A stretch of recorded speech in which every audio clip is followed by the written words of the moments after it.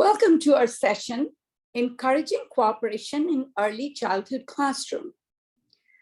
Today, we're going to talk about how children learn through cooperation or collaborative learning, which means in simple terms, learning together, how to put teamwork together and learn something. So let's talk about first, what is cooperative learning? What do we understand by cooperation when children are learning together? So cooperative learning is a classroom instruction presentation model that involves students working together to meet their learning goals. So they work together and they achieve together.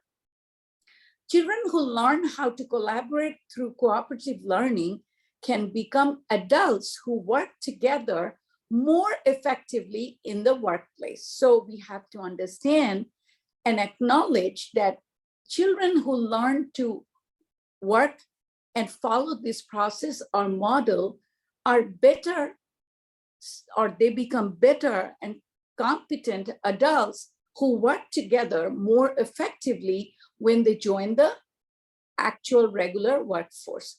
So this is something that I have taken from Mr. Charles B. Foster, who happens to be a middle school principal here in the United States. What are some of the benefits of introducing cooperation early, very early, actually, in early childhood classroom?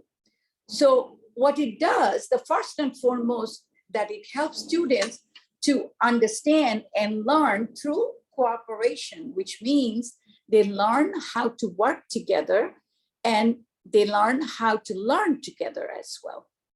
It also teaches children effective communication skills. So in order to work in a collaborative way or apply cooperation, children learn to talk to each other. Children learn to be able to listen to each other.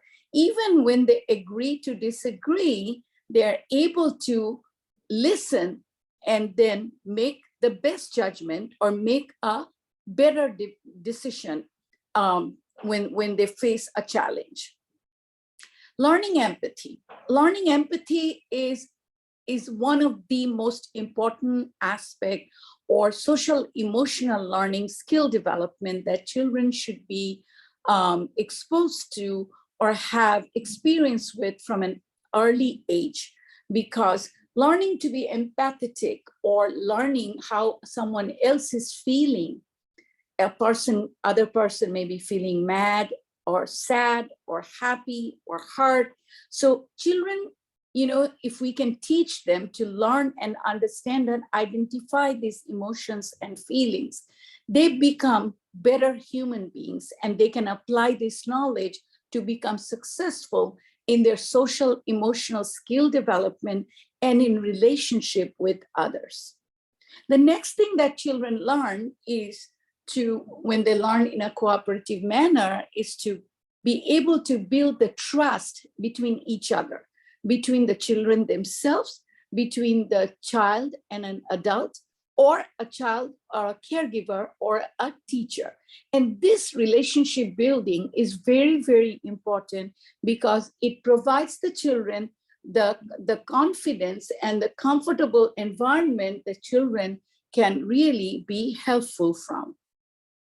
The last thing that we're going to talk about as benefits of introducing cooperation is conflict resolution. That children too, like adults, they may differ or they may not agree to something, but learning in a cooperative manner or fulfilling individual roles in handling something gives them the opportunity to be better listeners, using patience, and also being able to communicate with each other and try to understand another person's opinion or thought. And that helps children immensely to learn the skills, how to resolution of conflicts when they face it as they grow up, because you all would agree that human life is full of conflicts. And even at child's age, at the children's level, there are conflicts. So it is beneficial for them to learn the skills to be able to handle the conflicts in their lives. And let's talk about why do we set rules? Because you all agree that setting rules is an important part of early childhood or any kind of education. Consistency, setting the rules, setting a structure is what helps the children to learn. So around 3 years of age, children understand, and they're able to understand, comprehend simple rules and explanations or expectations, and they're also able to successfully apply it with practice. So what do we do as adults, as teachers, or as caregivers? We need to keep rules, absolutely. There should be structures. We should keep the rules simple and easy for the children to follow and understand. We certainly do not wish to make rules that it goes above their head and they're not able to even understand what is being expected. So rules should be simple, easy, comprehensible, and also the expectations should be clearly explained to the children ahead of time. If you face an issue or a problem, state the problem or the issue or talk to the child about it. Because even a very young child, when you talk to them and explain it to them, they try to understand that issue at their level. When you do this and there's an issue, you can offer at least more than one choice. And when you offer them choice, it becomes easy for the child to pick up either choice A or maybe choice B. But always remember, do not give too many choices. It becomes very confusing at that early age. And then while making the choices, definitely do not forget to ask questions to the children. Because asking them the questions, you are seeking the child's opinion as well, which is important because children also need to be able to feel free and able to express themselves freely and comfortably without any fear, or sometimes they don't do it because of shyness. And we can work towards that one-on-one with any child. So after listening to both sides of the story and listening to the adults, listening to the students, we then need to make a mutual decision, which is agreeable. So that is also a problem-solving skill that we can help the children to learn. And then after this decision has been made, offer some specific directions or redirect the child. Because after you set the rules, you explain the rules and the expectations, you have discussed about the issue or the problem, you have asked questions to the children, and also you have sought their opinion or what they think about it, then you agree together to come to a decision. And after doing this, you again just kind of go over and offer them some specific directions or redirect the child towards making a positive choice. And what are some of the things that we can do to make this form of cooperation or cooperative learning, collaborative learning in the classroom successful? So do not be commanding, like do not set your language, your facial expression, your tone, that this is something that you want them to do because you said it. So those are some of the old-fashioned, discipline system that we probably grew up with. But instead of doing that, you can suggest and you can say, how do you think about this? And you state the issue or the problem to them.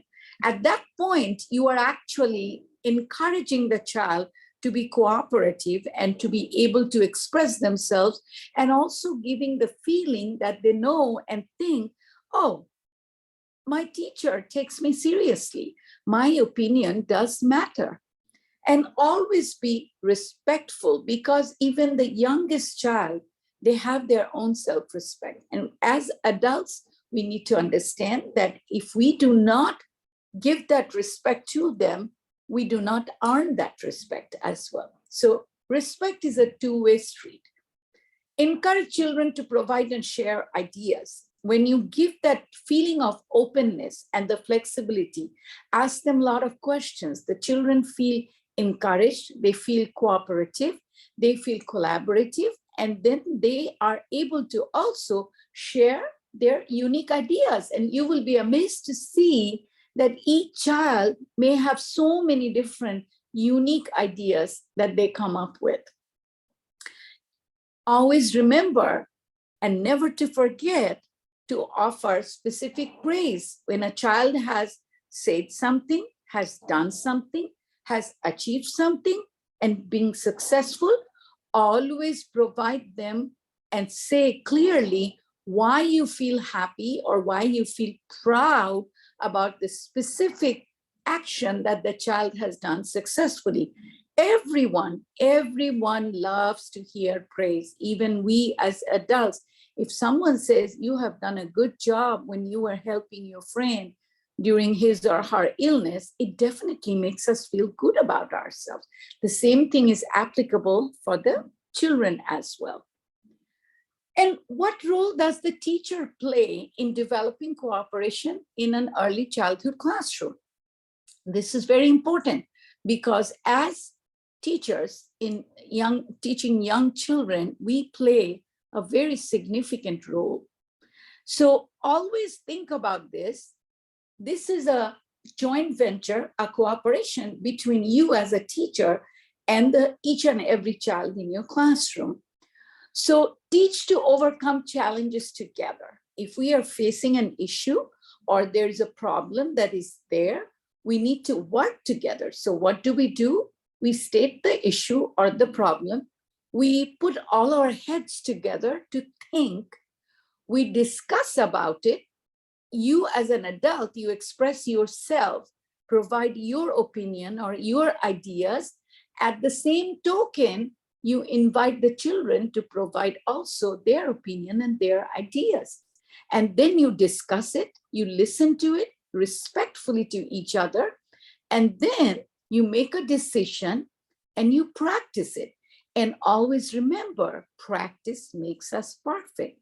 So this is something that should be consistently applied in the classrooms for every day. It is part of your classroom routine.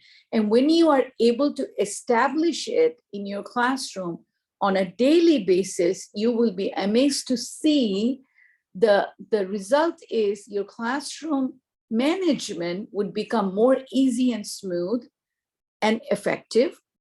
You will have less behavior issues in the classroom. Children are going to take ownership of their classroom and their actions as well. So in a nutshell, your classroom would be running like a well-oiled machine. And the participants, you as an adult or the children, are going to be tuned together, join hands together in a cooperative manner to work together towards the common goal of helping the children to learn effectively. Provide opportunities to share responsibilities. That is another thing. If we do not provide opportunities to the children, how would they be learning the skill? And they can make mistakes. Mistakes are part of learning. So even if there is a mistake, encourage them and always praise them for what they have done. Because every step they go through, they learn something new. There's a skill development that is happening there. Model cooperation. Be a good, effective, positive role model, because children, they follow you as teachers. They just kind of look up to you. So it is very important for us to say things or act it out as a positive role model. And always remember another thing. When you say something, mean it, because if we don't do it, if we are being upset, but we are trying to be, sound positive, your body language, your facial expression, your tone is going to give you away. So it is very important for us to be truthful to ourselves. And children, on the other hand, they are the best judge. They will quickly catch it up. They do it very well. And let us be problem solvers together. So when we have issues or anything, it could be not a problem even. It could be something that we can think about. Okay, we are going to be working on an art project. You can ask the question. So what kind of art activity would you children be like to doing today? And just by opening up that platform, by inviting the children to be able to seek those ideas and opinions, you may come up with a very new and unique idea that would be so much more engaging and fun, loving activity for the children for that day. So always keep in mind, always do it together. Keep that as a classroom goal. Strategies for developing cooperation in classroom. What are some of the other things that we can do in the classroom? One of the things that you could do for engagement and cooperation development is pair and share. We also sometimes call this strategy think, pair, and share. So you can pair up children like together, two kids together, or you can even form small groups, maybe 4 in each group. And it depends on the number of children you have in the classroom. Or you may divide the group up in 2 different groups, like maybe 6 in one group and 7 in another, somehow or the other, because you know the best. And also tend to make a group mixing children from different levels, because as we see in a classroom, some children are fast learners. They grasp the issue very quickly. Their grasping power is little bit more than maybe some other kids. Some children may need a little more time to absorb and learn. So if you kind of pair them up or form a group with children of different levels, children learn better. So keep in mind that just giving mere instruction or educational instructional material in the classroom is not the only form of learning. So always keep in mind that engagement and in cooperative engagement can be successfully done by the application of different strategies that you can use in your classroom. Play, as you know, is part of children's work and children's learning. So introducing play or cooperative play is also an important aspect of your daily classroom routine. And children play together. They love to be playing together. So what does it do? Participating in social play is part of positive social emotional development. When children are working or playing together, there is a lot of social emotional development. They learn skills to take turns, share, work together. They understand their different roles of how they can put together all their efforts and achieve something or achieve a particular goal. And all that it takes is the encouragement of applying cooperation while they're doing this. So it also helps them to learn skills, as I just said, like collaboration, working together, taking turns, and all these skills are so much essential for future success.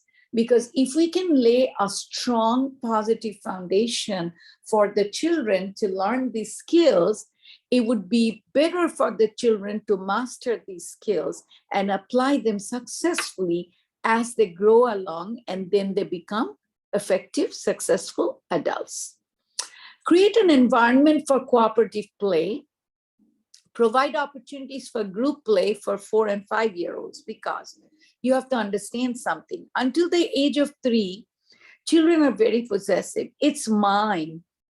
I want it. So it's more like their world revolves around me and I.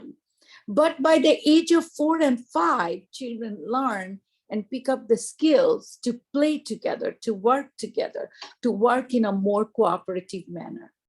and introduce games that need taking turns and collaboration, like board games, So, use activities in the classroom that requires cooperation in the classroom. And children can communicate and understand their roles working towards a common goal, because when they are playing a board game and they are taking turns, they understand the outcome of the game or the success. It depends on a collaboration or working together. So it is your responsibility as a teacher to create a classroom environment that helps the children to develop these kind of skills. How can we also encourage cooperation in indoor and outdoor play?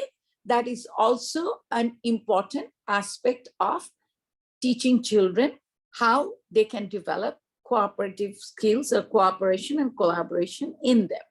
So in the indoor setting, inside the classroom, provide the children with different size boxes, a variety or different kinds of blocks or Legos that are available, puppets and dolls, some dress-up clothes. You can request your parents to bring some clothes belonging to the children that they may not be wearing anymore. Of course, they have to be clean, especially during the COVID era.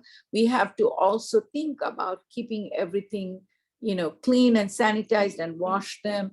And if your children are already in a classroom setting, you have to practice some of the safety or healthy precautions that are still kind of applicable. There could be board games and puzzles that can encourage cooperation and collaboration or working together. It could be art projects. You may talk about, okay, let us paint a mural or let us paint a picture together. You can take a poster board or a long piece of paper. You can go outside.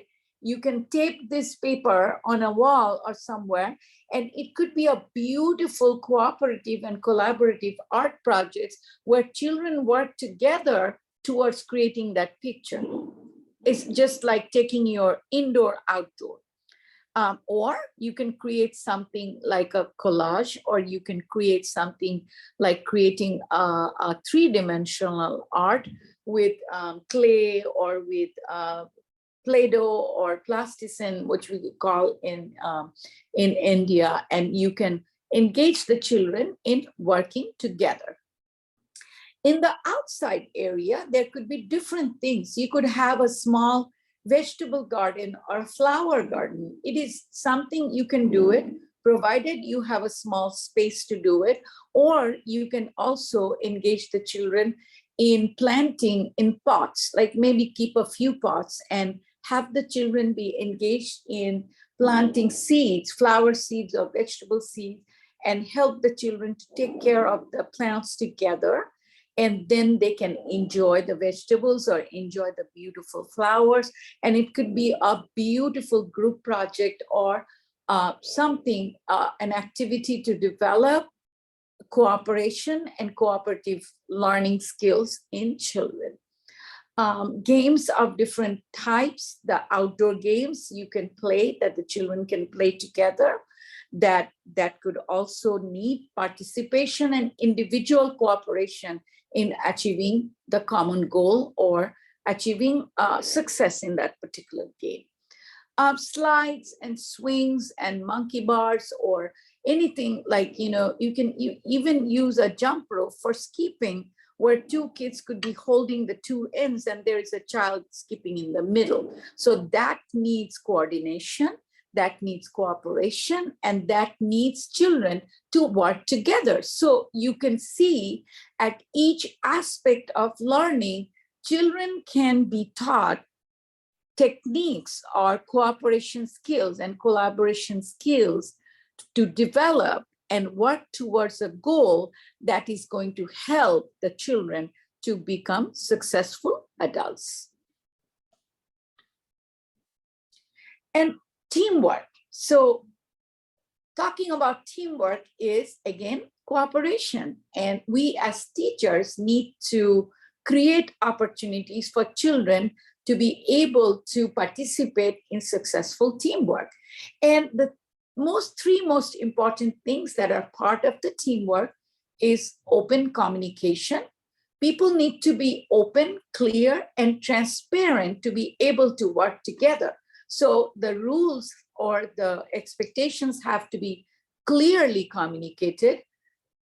Children and the adults need to communicate clearly and be transparent and easy and simple in explaining to each other. And while the activity is happening, they also need to communicate between each other successfully. Then there is cooperation. Absolutely, cooperation is the next C, which is also an important part of successful teamwork. If we do not cooperate, if we are not supporting each other, this actual activity cannot be successful. So cooperation is an important aspect. And the courage to face it, or the challenge that we need to provide to the children at each step, and always, entertain and encourage them to come forward, to try something new, and also to encourage them, even when they're not able to achieve something, to make them believe in themselves and eventually grow that sense of confidence in them. Yes, I can. Even when they don't know something, they're able to try and face the challenge, and they're able to do it. And what are some of the great, encouraging statements that we can make in order for children to be cooperative and collaborative? So here are some examples. I think that is a good plan. I like that you have done, and whatever it may be. My idea, or asking the children, what if we think instead of doing it this way, what are some of the other ways that you think you can do it? Or you as a teacher could say, let us think something different. Could we try to do it little differently? So just by talking or saying these phrases, you are actually opening up a huge horizon of ideas, of cooperation, collaboration in children that can be engaging, fun, and enjoying for the children. And the more fun and engagement children feel from within themselves, help them to be engaged and be cooperative and be supportive, and eventually become successful in whatever they're doing in life. And developing team building in young children. So even as young kids, when they participate in different kinds of plays, you can see some of the pictures here. The first picture is children are playing with a parachute, and having the children working cooperatively is helping them to do this. And you can actually use this activity. It's very simple and it's doable. You can use a sheet or a tablecloth. You can turn on a music. You can use a fast rhythm, or you can use a slow rhythm.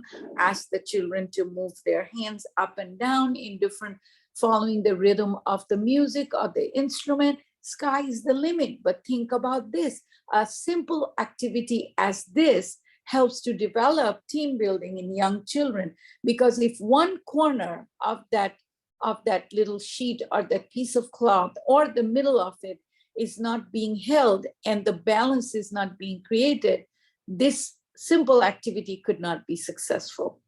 So this is just an example of supporting and cooperation in children.